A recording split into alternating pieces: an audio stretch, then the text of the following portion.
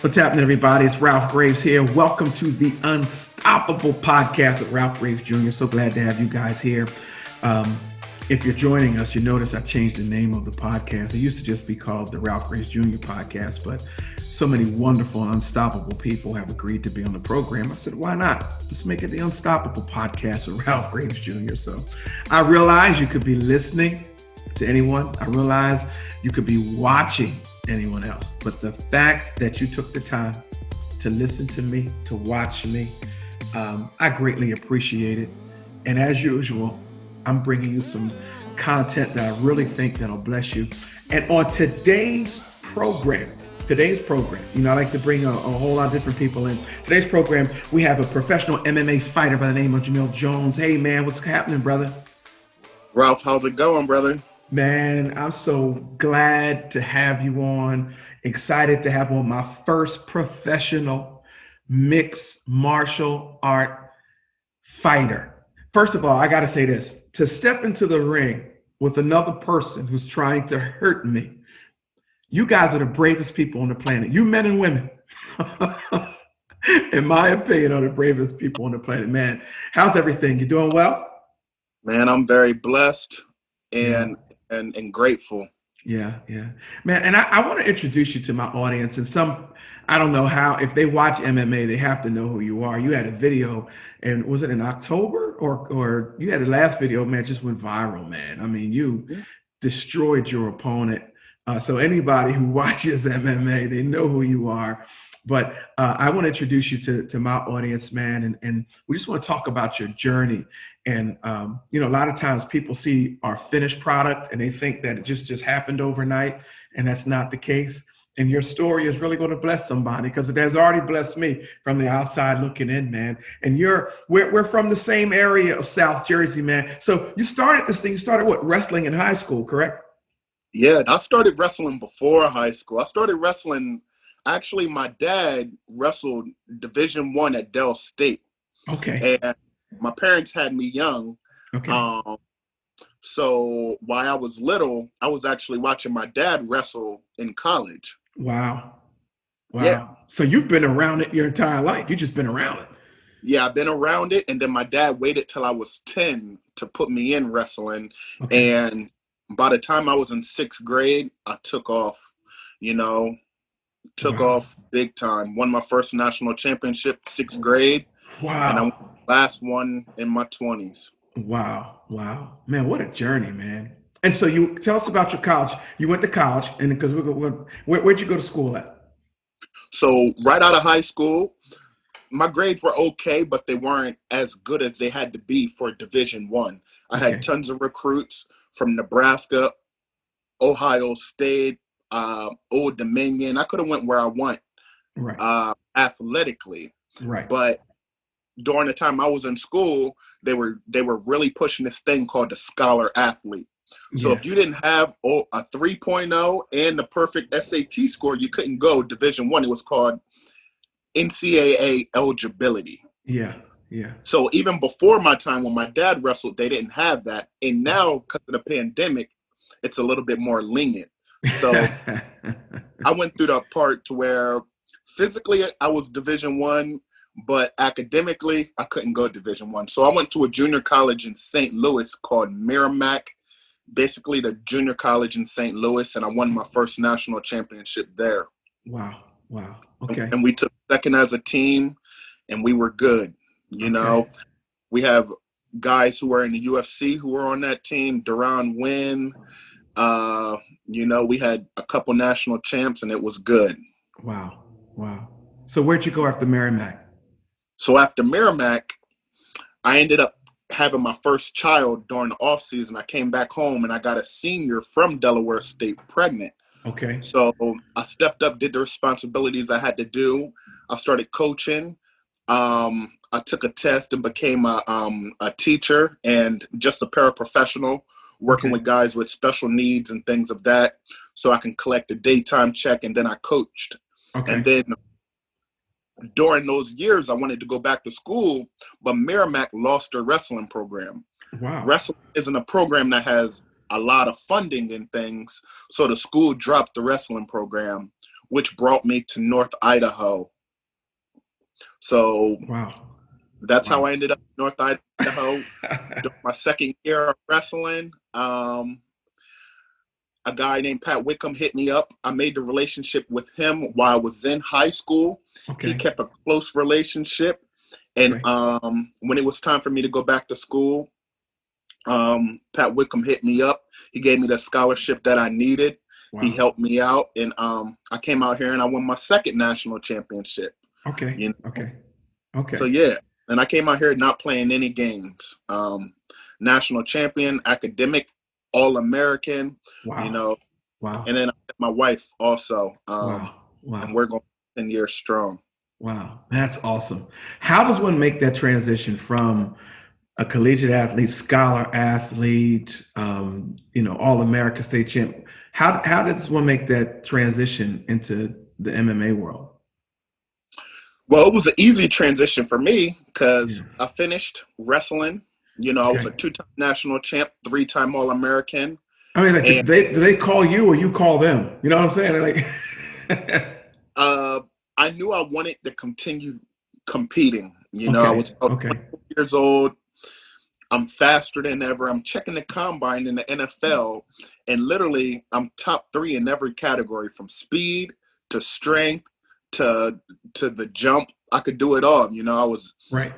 in 225 pounds, freaking 30 times. Right. I was still Yeah. running a 4.5. Yeah.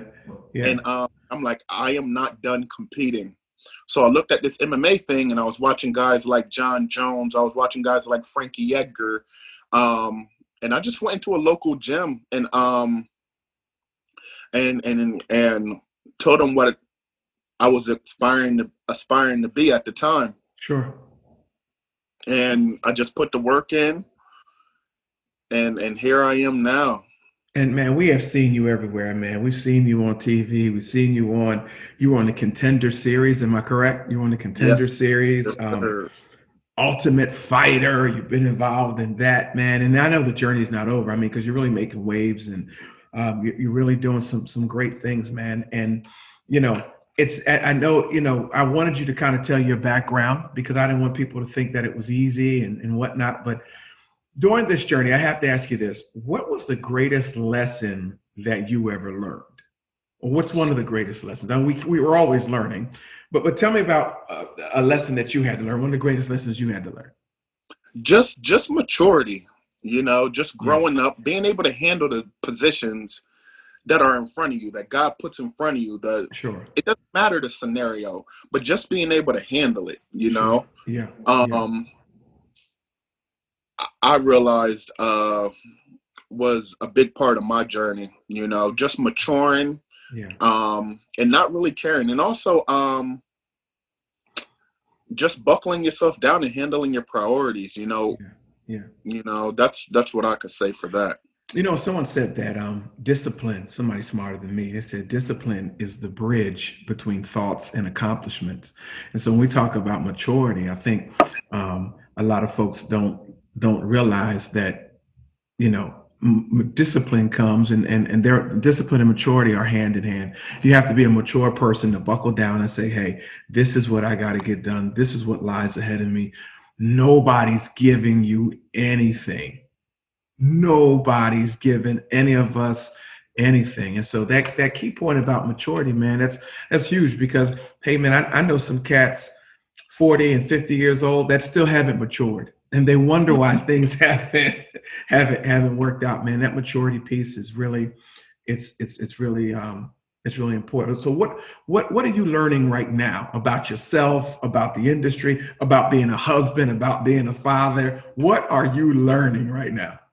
All right, so I may even go back just a little bit. You said that word discipline. That's a very strong word, Yeah. but that is something through my growth and maturity I didn't really have to do. Okay. Wrestling is a sport that demands a lot of discipline. Wow. Yeah. Far as making weight, far as training, far as eating right. It's a whole lot of discipline. While your friends are Yeah. partying. So I had the discipline, Yeah. and Wow. that is very, very important. Yeah. Um, but that was just something I had. That wasn't part Yeah. of. my maturity, my growth I had to have as a person. But I think that sport taught you that, man. And I'm a big sports guy. I believe that every young man, young woman should be involved in a sport because each sport, like you said, man, you learn some disciplines in that coming up from the time you're 10 years old that will aid you for the rest of your life. Most people have a hard time turning down the plate. You say, hey, listen, I've been turning down the plate, walking away from sugary foods for a lifetime. And so, that is awesome, man. That, and I think parents need to realize that, you know, I still am a big proponent. Nothing teaches your child different disciplines like being involved in some sort of physical sport, man. Yeah, 100%. Your parents can say all they want verbal, they can show you, you Right, know, right. but then it just might need that sport for it to click. Yeah, yeah, And that's the type of kid I was, you know. My yeah. mom had me at a young age. She had to get right herself, get her academics right so she can provide for us. Right. So the sports is what taught me a lot of things I didn't learn at home at a young age. Yeah, yeah, yeah. So what are you learning now? What are you learning now, man? Man, I'm 30 years old now, so You said the thing, 32? 32 years old, not Okay. getting any younger. I'm learning a lot about my body. I thought I knew my body, but Yeah, I know my body now, yeah. far as the weights I need to be at, far as the weight classes I need to be at, the conditioning I need to be in, the Okay. things I need to eat, you know. I'm learning my body. Far as a Yeah, husband, I've come a long way. It's just an understanding, and what I'm sure. learning from being a husband is it's definitely a partnership, Yeah, and yeah, and I didn't I didn't pick my wife really on looks, even though I'm so attracted to my wife. She's a beautiful lady, yeah, but just her loyalty and her drive and yeah. the special woman she is, I knew she was right for me. And Wow. yeah, I can't take those things for granted. Yeah, yeah, yeah. So yeah. Yeah, man. This life is a journey, man. Now I know you've had some ups and downs, you've had some wins, you've had some losses. How hmm has how has some failure or how has some losses shaped your life? Losses shaped my life tremendously. Mhm. I come from a background in wrestling. I think I was maybe in high school, out of 4 years wrestling in high school, 127-4. So only Wow. lost 4 times in high school. I can't tell you about every win, but I can tell you about every loss, Yeah, yeah, and yeah. it was a feeling I didn't want. I went to college and I started my college career off maybe 5-4. Okay. And then I ended 100 and something and 8. Okay. Okay. So Yeah.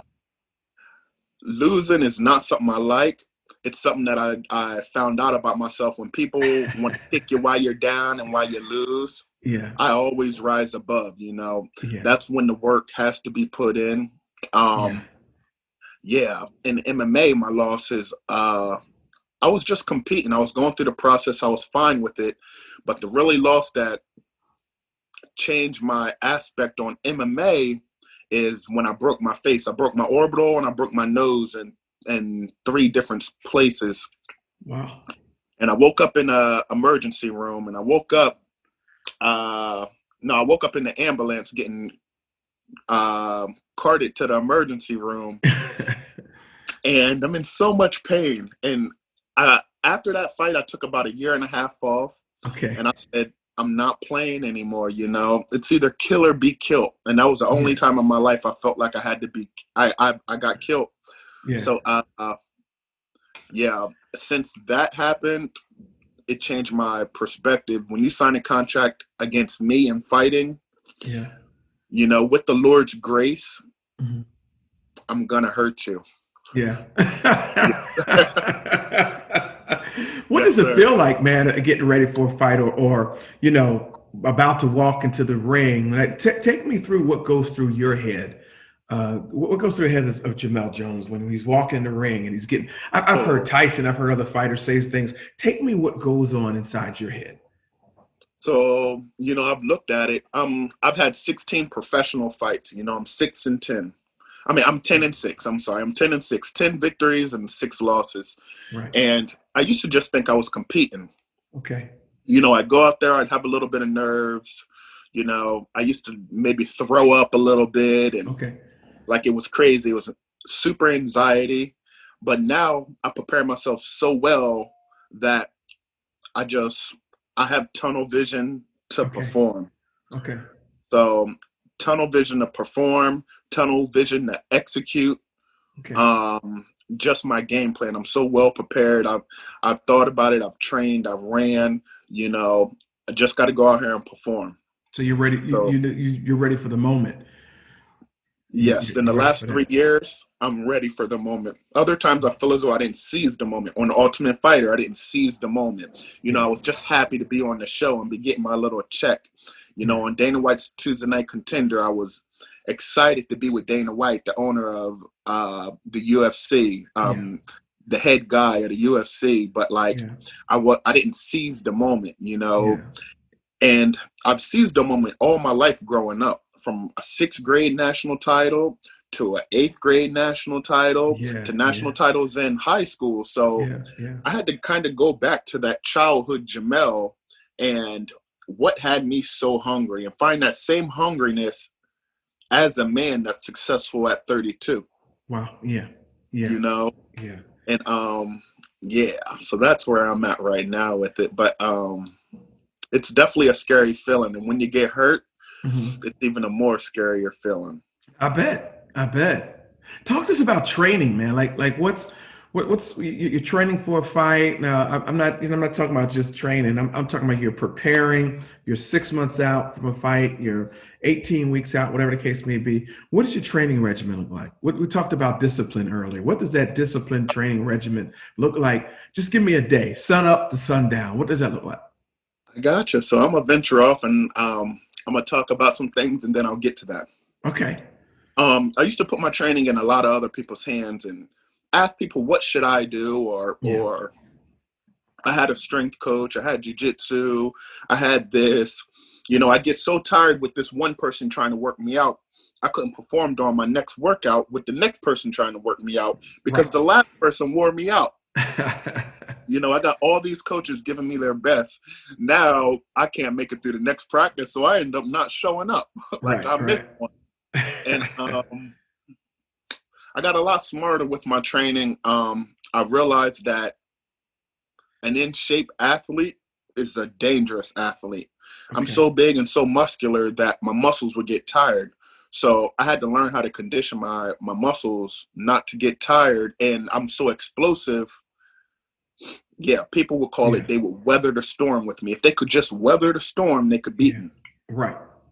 So I ended up taking conditioning into my own hands. You Okay. know, bought the treadmill, bought the elliptical, bought the spinning bike, and I have that all in my house. Okay. So cardio became a normal thing of life for me. Okay. Just embracing getting your heart rate up, embracing the sprints, embracing the hikes. And I Wow. have everything I need to do in my Yeah. own house. Yeah. Yeah. So my cardio is never going to be an issue or never questioned again. And I always do cardio. So right around this time we're talking now, I like to work out, get my cardio in, get a little lift, get some shadow boxing in. Yeah. Um, I go to my coach who's in Spokane, Washington. Rick Little, Sick Jitsu is our brand name for MMA, Okay. and he's literally like he's like a wizard. He knows a little bit about everything, and then Okay. he knows how to take what you do and make it good. So we have a good connection. So basically, I work out 5-6 days a week just at home. Is it an early morning? Is it you get up and run before the baby gets up, before your wife gets up? What do you do? Exactly. So Yeah. if I can get up before the baby, Yeah. I start off running. That's how I like to do it. But Yeah. if not, he'll take his nap and then I'll get it in then. I seen some video with you working out with the baby and the walker. Yeah, yeah. That's how it's done. I get that in and I Yeah. just embrace it. To me, sometimes it's not even like working out. That was Right. my cool down and stuff too. So Yeah. just embracing working out. I get that in the morning every day. Okay. rather if it's something, shadow boxing or whatever. Mhm. I like to go out to Spokane about 2 days a week and get with my coach and really buckle down on things that I need help on, rather if it's my hands, rather if it's jujitsu, or rather if I want to do something fun and just wrestle and stuff. Okay. I'm well connected to the wrestling community out here. And if I need to go to the college where I went to, I can go there. But Okay. also I have my own group of guys to where I do workouts that are purely based around me.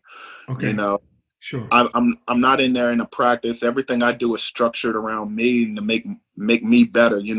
Sure. So I'm kind of selfish and stingy when it comes to working out because I'm so far in my career. I don't have time for anybody else. Yeah. So with my normal workout schedule, about 5 days a week, I do cardio from home. 2 days a week, I might make it to Spokane. And when I'm in training in town, I'll go to a local gym out here called Trevor Prangley's AK, where I started at, Okay. and that's only Okay. when I have a fight booked, Okay. Okay. so Yeah. I might work out 7, 8 times a week Yeah. when I don't have a fight coming up. And when I have a fight coming up, I might work out 13 times a week, Okay. Okay. you Wow. know. Wow. Now, have you fought? You fought since this COVID stuff hit, right? Yes. How weird is it to fight in an arena when nobody's in there? Yeah, man, it's definitely, definitely, definitely different. Yeah, I Um, would imagine like the energy is not in the room. You know, yeah, so I fought last year. I took a fight on 30-day notice for a decent chunk of change. I mean, I okay, took a fight on 30-hour notice. Literally, they called me. The 30 guy hours. left 30 hours. And then I flew from Washington all the way to Rhode Island, which is across country. Yeah, yeah, I ended up losing. I took it just for the money. I thought I could win. I wasn't ready, and I lost. If I didn't okay, take that fight since 2017, I'd be undefeated. I'd be 4-4 or 3-3. But I wow, took that fight. I was able to do what I had to do with that money and for my family and stuff. So I made this connection in Rhode Island with a guy named Lewis. And he works for a company called CES. It's the number one organization out of the Connecticut area. okay, So I meet Lewis, and during the pandemic, they need somebody to fight, a heavyweight.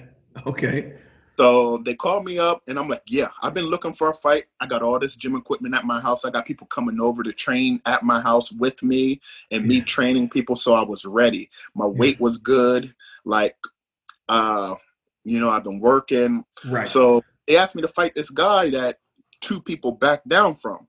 okay, I ended up looking this guy up. He's a black belt in jiu-jitsu, an ex-NFL player. Freaking his dad was in the NFL, and he's 6'5". okay, But then when I dive deeper into it, I look at this guy and I realize he can't beat me. okay, And I realize this is a good opportunity during the pandemic that we're in. Like, I could yeah, beat this guy. He has a decent name.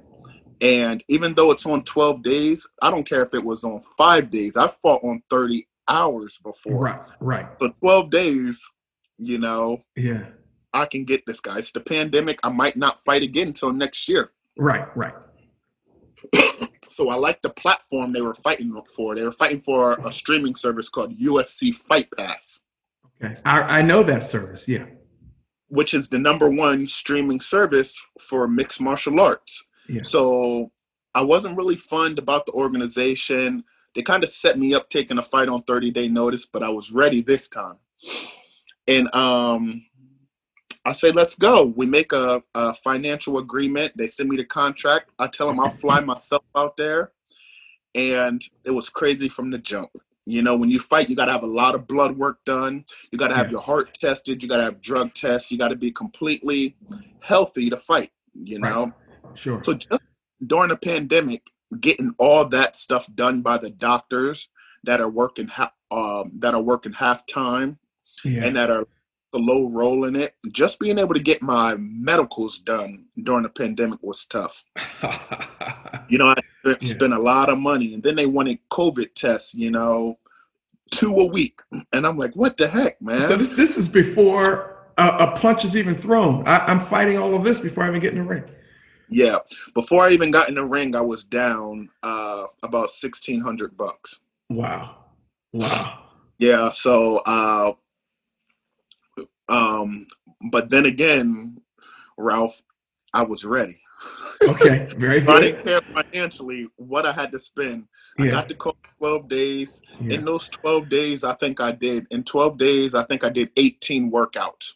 Okay. And, a bunch of sprints. I went into Trevor Prangley's AKA, which is my local gym, because my coach was in Dubai at another fight. Okay. And I got my butt whipped. And they're like, Jamelle, you should not take this fight. I go, listen, you guys put it on me, but I'm ready. Trust me, I've been doing a lot of different things. I came here to get my butt whipped, and they did. And you guys are molding me for next week. And I told them, just tune in. Just tune in. Yeah. Yeah. I got it.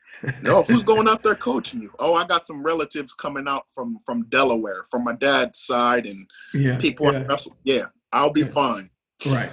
So I get all my medicals done, and now it's time to fly. Okay. As soon as you go to the airports are a ghost town. Wow. Things are shut down. Restaurants are shut down. They're not making any money. And then everywhere you go, you got to have your mask. Right. Sure.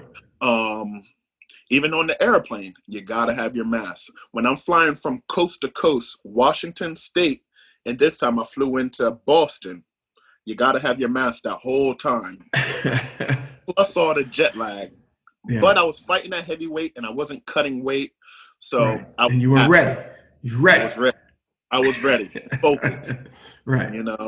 And so fighting during the pandemic was rough. And then as soon as I got there, I had to provide my COVID tests and everything. They made us quarantine so we can't catch COVID. And it was just different. Even the preparation and stuff. So what happens if you finally get in the ring? You got to tell us the story. I know everybody's holding on. We know you're ready. You go through all of that. You fly from Spokane to Boston. Yep. Quarantine. Now we're walking to the ring, man. Before the ring, at weigh-ins, I got to meet the guy I'm fighting. Okay. And a lot of people had things to say about him because he has an ego, but he's 6'5", played in the NFL. He was on the Ultimate Fighter, and are we allowed to say his name? Yeah, Tyler King. Okay, all right. I think he's a good guy. But I stood up. I'm only 6 foot, and when I first met him, he stood up to greet me. He towered over me, and then he shook my hand, and his hand literally wrapped around mine, and I'm like, holy crap, man, this dude's big. Right. I'm like, what the heck did I sign up for? But you're ready. I'm ready. And I got God on my side. Right. I looked at his feet. He wasn't as athletic as me. So I don't care how big you are. I got a lot of space to run. Right. So when the fight started, I got a assistant wrestling coach from my senior year at Dover High School in Delaware when I was with my father. I got an assistant wrestling coach with me named Andy Martin, and I got a family friend, father figure from Delaware that comes to all my fights, Todd Berger, a mentor who's a great guy in my corner. Right. So I don't have no MMA people in my corner. I only have moral support. Right. The plane tickets were too expensive. My coach's dad just died, and he couldn't come out. So I'm working with what I got, but I'm ready. Right. So we prepare, and I get in that ring, and he's big, and I just see his first moves, and I know he's not going to be able to hit me. My head movement, my control, my distance control was just a notch above his.